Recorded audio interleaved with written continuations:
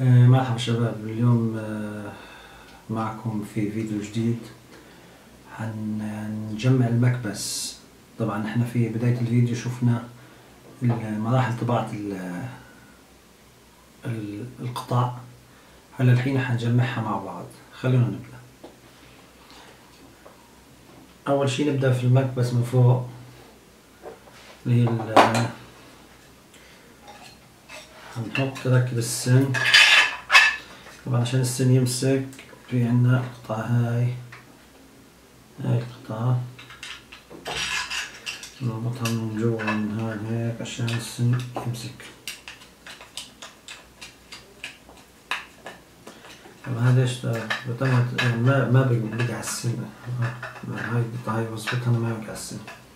طيب القطعة الثانية بركبها نلف مع بعض.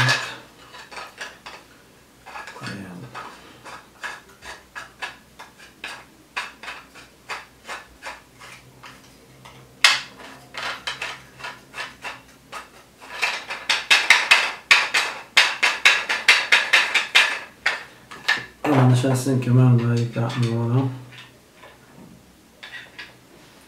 شو القطعة هاي نركبها.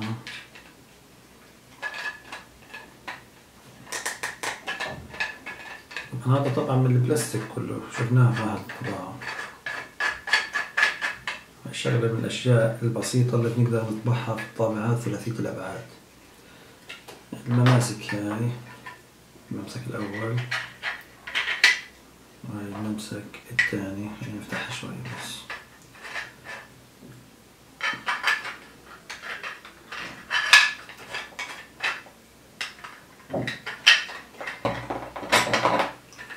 هيك الشكل النهائي للقطعة من فوق. طبعا هذا الميزة في المكبس هذا انه بنقدر نحرك له قاعدة بنقدر نتحرك فيها على بزاوية 360. يعني هاي القاعدة هاي هيك بنقدر نحركها 360. خلينا نشوف مع بعض. نجينا ركبنا هاي بدنا نحزقها في السن هذا. السن هذا فيه خط وهنا فيه الخط بنجيبها عند بعض.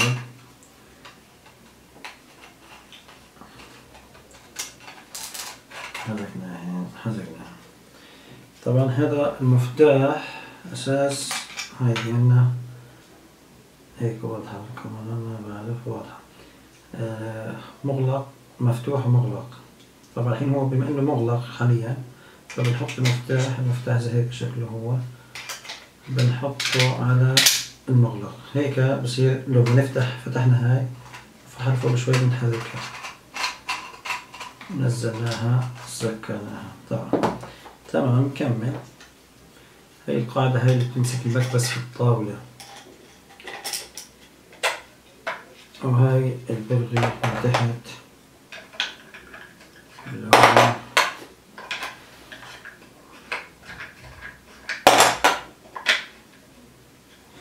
طبعا في شغلة مهمة يا جماعة في الطباعة. أثناء الطباعة البرغي هذا مع الفتحة لازم كنا نطبع البرغي نطبعه أقل من حجمه الطبيعي بملي ل0.1 ملي على أساس تبقى يعطينا الحركة السهلة هاي.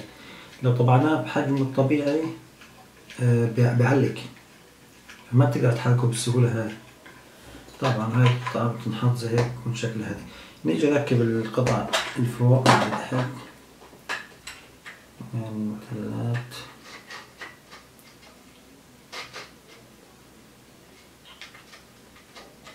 نمسكها كويس.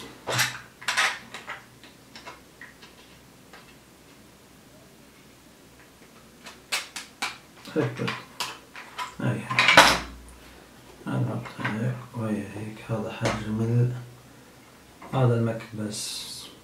طبعا في الطاولة بتركب هيك بكون خلصناه. طبعا أول شي بدي أذكركم بالمتابعة لأنه القناة جديدة لسه.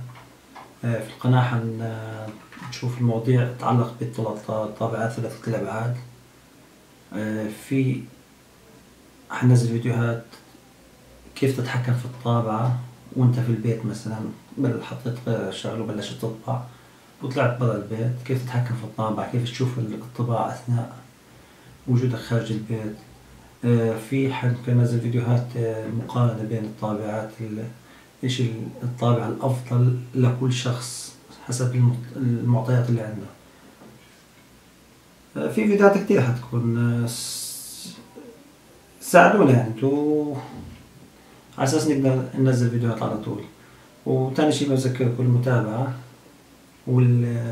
والشير. نشوفكم على خير إن شاء الله، يعطيكم العافية.